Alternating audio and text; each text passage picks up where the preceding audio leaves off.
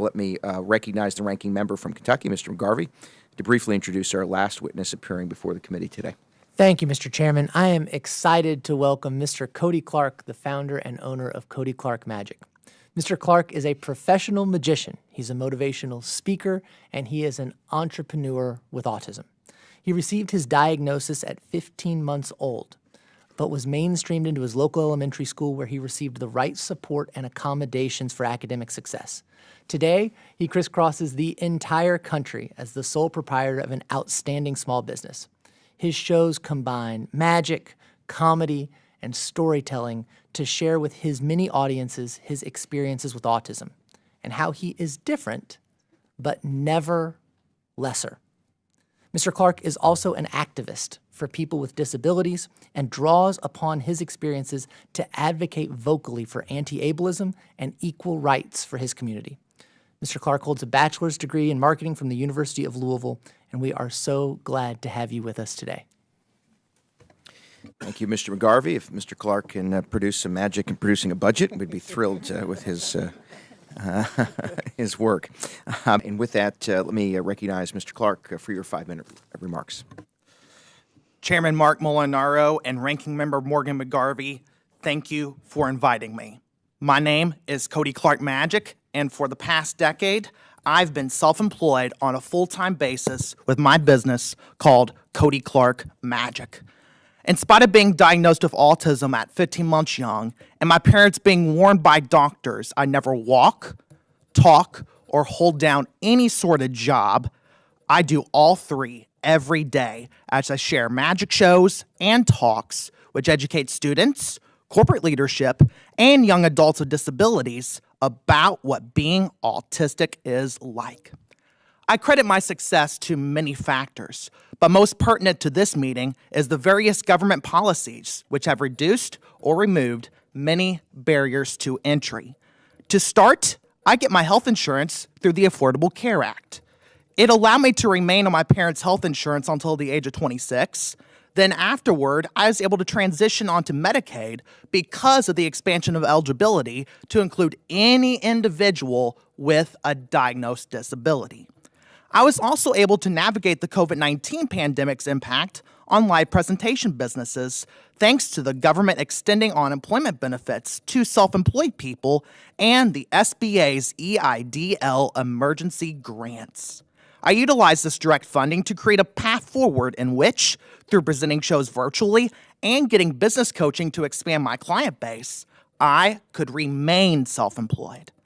And lastly, the Rehabilitation Act of 1973's 2014 amendment, called the Workforce Innovations Opportunity Act, WIOA for short, created a series of programs known as Pre-Employment Transition Services, Pre-ETS for short.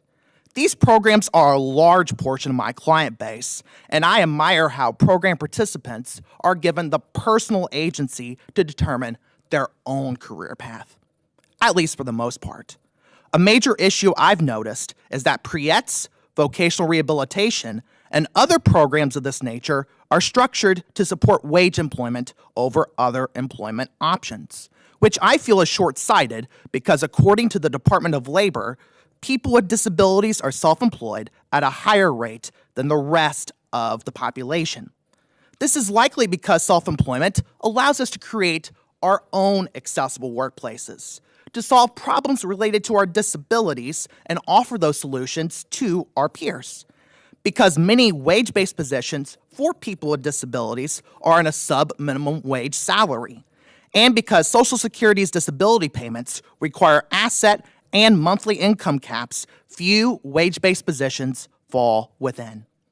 The main reason for my testimony today is because I feel that programs which serve work-ready people with disabilities should, within the scope of their efforts, include self-employment as a valid employment option. This can be accomplished by plugging resources currently available from programs like SBA into existing Pre-ETS and vocational rehabilitation program structures, by extending Pre-ETS's philosophy of factoring in personal agency into all forms of disability services, and to make direct support and funding of self-employed businesses as a whole a normal practice. I am thankful to live in a country whose policies have directly enabled me to live my dream of being a professional magician and autism advocate. I testify so that the policies I benefited from can be ones other disability-owned businesses can benefit from too.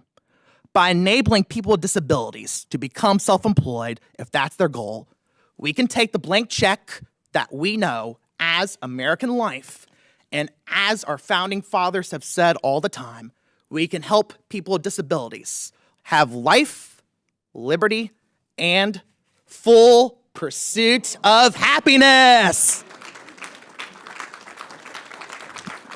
And by the way, there's your budget. Thank you for this honor. Thank you, Mr. Clark. I don't know if that was the first magic trick performed before the Small Business Committee, but we certainly appreciate certainly could use more of that. Thank you. And with that, I'd like to recognize Mr. McGarvey for 5 minutes. Thank you, Mr. Chairman. Thank you again for sharing your stories with us. Thank you all for being here and sharing your stories. This is really inspiring. Mr. Clark, thank you. I've not been here very long, but I'm just going to go out on a limb and say that's the best magic trick ever performed in the Small Business Committee. So we appreciate you. Thank you. You being here. Thank you also for telling us about a vulnerable time for your business during the pandemic. I think that is something that is small businesses across our country experience, regardless of where you are or who you are. And I'm glad to hear that you were able to navigate that with the resources available to you. I think the beauty of owning a small business is what you're talking about. And what I hear from you, Eva, as well, with one cup of coffee at a time, it's that ability to showcase your passions, to put your dreams out there and hopefully find success. I think that's why we need to continue to work to promote opportunities for self-employment. I think it's why we have to continue to decrease these barriers to entrepreneurship and make sure that everyone has access to the support they need to start their own business.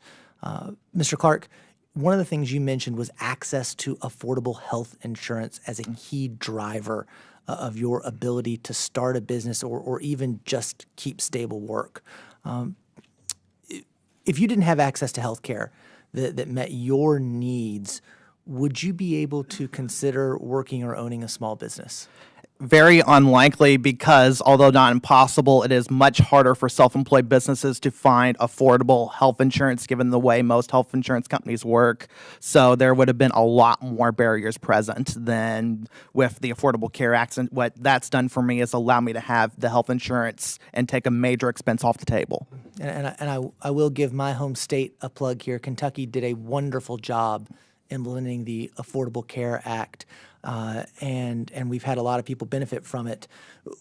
How important was that to you in preserving and expanding the access to health care that entrepreneurs and employees with different abilities need?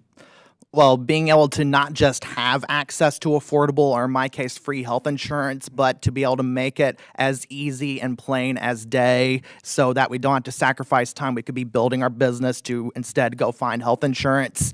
That is freeing in multiple senses of the word. Thank you for that. I'm going to open this.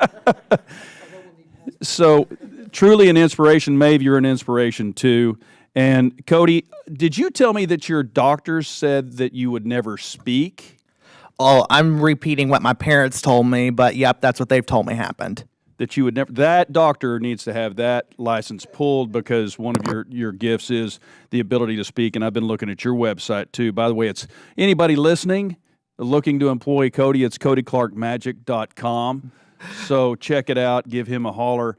You too are an inspiration too because you have literally pulled yourself up by your bootstraps. I don't think anybody would have any idea that at 15 months how you were diagnosed. And so the love of your parents here? Unfortunately, they couldn't make it here. They're at home in Louisville, but I have a feeling based on my phone vibrations, they watched the live stream. Okay.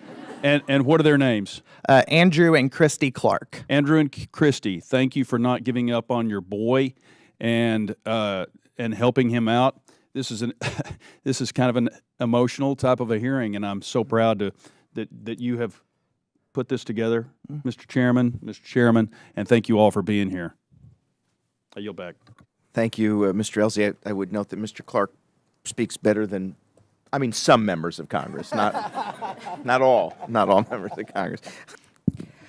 Thank you all for testifying today. You certainly give compelling testimony as to why we should encourage people with disabilities to become entrepreneurs and also why we should hire people with disabilities. Mr. Clark, your business has led you to interact with a number of vocational rehab programs and services which help young people with disabilities identify their career goals and prepare for employment as they enter adulthood. However, I was concerned to hear you say that many of these programs don't seem well equipped to provide students with information about starting a small business. Considering that many people with disabilities choose to become self-employed, it's crucial that we ensure that they have all the information and resources that they need to make the best decision for their futures. So when you decided to pursue entrepreneurship and begin the process of planning and launching your business, what resources did you take advantage of? And how should today's vocational rehab programs be expanded to include business development and entrepreneurial skills resources? Great question, Miss. Is it Chu? Yeah. Yeah, great question, Miss Chu. I was given a vocational rehabilitation counselor by my high school, but unfortunately, they pretty much admitted all we can do for you is get you state-funded driving lessons. Although, given that Mr. McGarvey's right, I do travel all over the country through driving and flying. That was a big help. But otherwise, they were like, So the good thing about these programs is that they're already well structured. So all they have to do is include the SBA alongside including the local businesses that also come into these programs. The structures are there. We just need to plug SBA counselors in, other self-advocates like myself in, and potentially colleges of business. Very good. And also, Mr. Clark, you talk about not being able to qualify for Social Security disability insurance. There's a complex set of rules and regulations, including strict income and asset limitations, and they govern the public's access to benefit programs such as SSDI, Medicare, and Medicaid. And yet, these programs can be essential to ensuring that people with disabilities can meet the cost of living.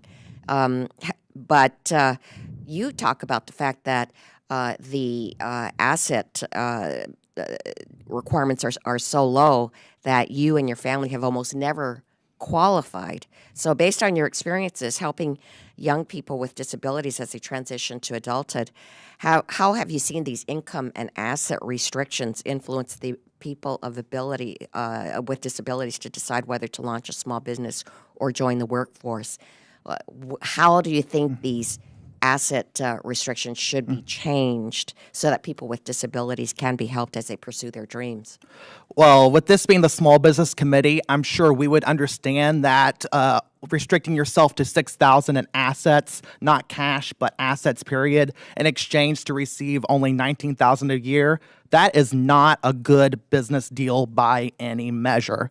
And a lot of people with disabilities are having to choose not just between self-employment and receiving Social Security, but any employment and receiving Social Security. So it should at least be raised from $6,000. And in an ideal world, there should be no limit, but I know it's not an ideal world, but one that's way higher than it is right now. And although this is not quite a business issue, there's lots of people with disabilities who can't even get married because it's the joint couple's income that's considered in that. And Mr. Clark, right now, many employees with disabilities are paid at or even below $3.50 an hour, which is under half the federal minimum wage of $7.25 an hour. What do you think about this? And should employers pay so much less than what the minimum wage is? My simple answer there is no, that we should be at the very least at the same minimum wage as the rest of our country's citizens are, and ideally paid to reflect our true worth. That is a big reason I considered self-employment, because along with the risk is the reward of no income limits at all. And that's one reason such a high percentage of us are self-employed. If the only other options are a $3 wage and the abuse from employers that invites, might as well go big and own a business. Thank you. I yield back. Thank you for that. And Mr. Clark, in the time I have remaining left, what denomination was that bill? A denomination, it was a Ben Franklin. Can I order a $5,000 bill from you? I'm working on that. So here, real quick, it was great hearing your testimony we've all talked about and having you share your story with anyone that might be watching this hearing today. It's a great story. And I see so many young people that are afraid to take a chance and bet on themselves, become an entrepreneur. And that's the great thing about America. We're all capitalists. We're entrepreneurs. You mentioned risk, but you got reward. Yep. And that's what built this country. And I appreciate you being one person that understands that. It's a prime example of it. And too many people have lost hope and don't even know where to start as they look to self-employment opportunities. They get a government check instead of getting a check like Maeve does, and make it grow. So what message would you have to other people that may have a disability as they are thinking about starting their own business?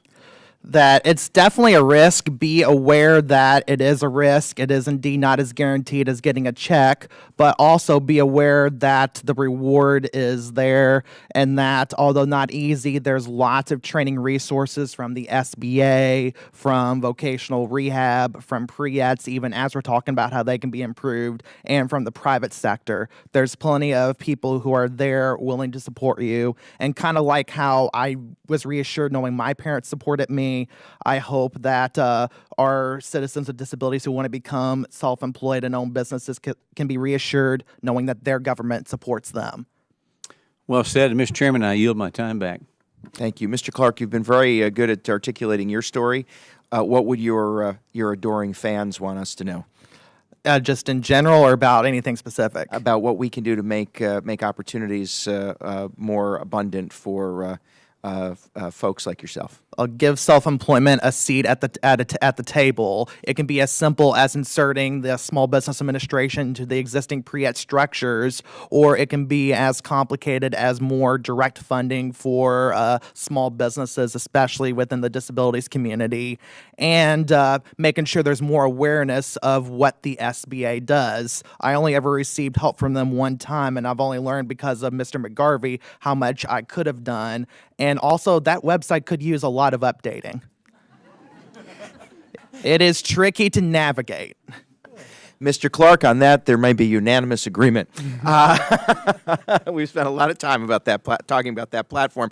With that, I want to thank all of our witnesses. I yield back my time and thank all of our witnesses for your testimony today and appearing before us. And on behalf of those you speak for, we're very grateful that you would spend time enlightening and informing us. Without objection, members each have 5 legislative days to submit additional materials and written questions for witnesses to the chair, which will be forwarded to the witnesses if submitted. Now I'd ask the, I'm sorry, I apologize. Yes, right. So I would ask witnesses to attempt to respond promptly should we provide you with those questions. And if then there is no further business without objection, the committee is adjourned. Your timer.